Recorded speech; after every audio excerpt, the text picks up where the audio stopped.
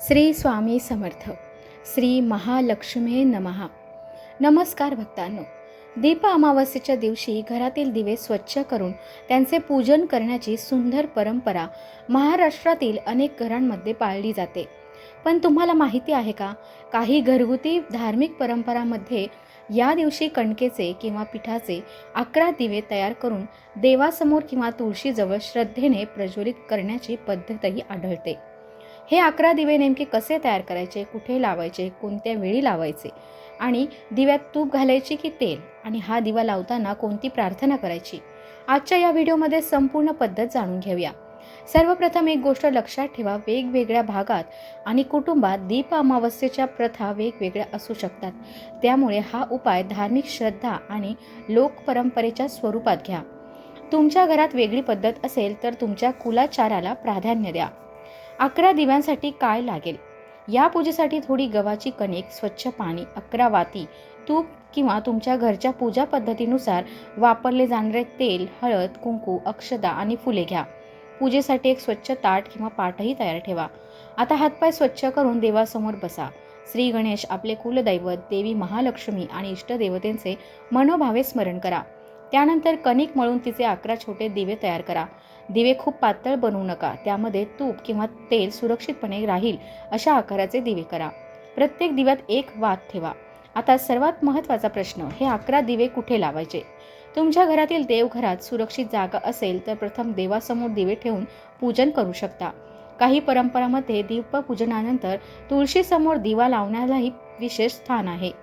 त्यामुळे तुमच्या घरच्या परंपरेत असल्यास तुळशी वृंदावनाजवळ स्वच्छ आणि सुरक्षित जागेत हे दिवे ठेवू शकता. मात्र लक्षात ठेवा, दिवे थेट झाडाच्या पानांखाली, ज्वलनशील वस्तूंजवळ किंवा वाऱ्यामुळे पडतील अशा ठिकाणी लावू नका. घरात लहान मुले किंवा पाळीव प्राणी असतील तर विशेष काळजी घ्या. दिवे प्रज्वलित केल्यानंतर काय करायचे? सर्वप्रथम हळद, कुंकू, अक्षता आणि फुले अर्पण करा. त्यानंतर एक एक करून दिवे प्रज्वलित करा. दिवे लावताना मनात देवी महालक्ष्मी, भगवान विष्णू किंवा आपल्या इष्ट देवतेचे नामस्मरण करा. तुम्ही साधी प्रार्थना करू शकता. हे देवी महालक्ष्मी, आमच्या घरावर तुझी कृपा दृष्टी राहू दे. आमच्या घरात सद्बुद्धी, समाधान, सुख, शांती आणि परस्पर प्रेम नांदू दे. आमच्या हातून प्रामाणिक परिश्रम आणि सत्कर्म घडू दे. यानंतर ओम श्री महालक्ष्मी नमः हा साधा नाममंत्र आपल्या श्रद्धेनुसार म्हणू शकता. 11 दिवेच का? अनेक धार्मिक परंपरांमध्ये 11 ही संख्या शुभ मानून 11 प्रदक्षिणा, 11 नामस्मरण किंवा 11 दिवे अशी पद्धती पाळल्या जातात.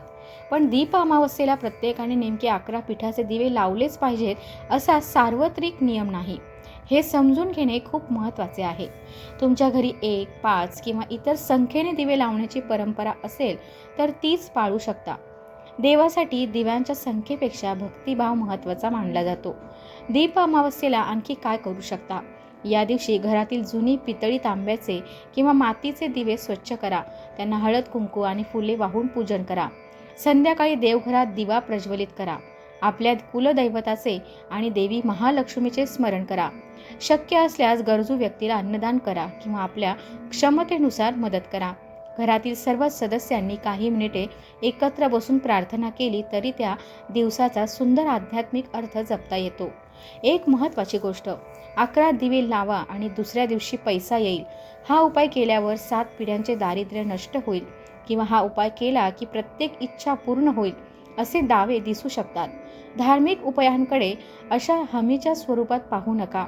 दीपपूजन हे श्रद्धा, कृतज्ञता, सकारात्मकता आणि ईश्वर स्मरणाची धार्मिक परंपरा म्हणून करणे अधिक योग्य आहे. आर्थिक स्थैर्यासाठी त्यासोबत योग्य नियोजन, बचत आणि प्रामाणिक प्रयत्नही आवश्यक आहे. भक्तांनो, यंदाच्या दीप अमावस्येला तुम्हीही श्रद्धेने दिव्यांचे पूजन करा. तुमच्या घरच्या परंपरेत पिठाचे दिवे लावण्याची पद्धत असेल तर 11 पिठाचे दिवे तयार करून देवघरात किंवा तुळशी समोर प्रज्वलित करा आणि मनापासून एकच प्रार्थना करा, हे ईश्वरा, आमच्या घरातील अज्ञानरूपी अंधकार दूर करून ज्ञानाचा, समाधानाचा आणि सद्बुद्धीचा प्रकाश सदैव प्रज्वलित ठेव. अशाच भक्तिमय आणि धार्मिक माहितीसाठी स्वामी भक्त चॅनलला सबस्क्राईब करा. श्री महालक्ष्मी नमः. श्री स्वामी समर्थ.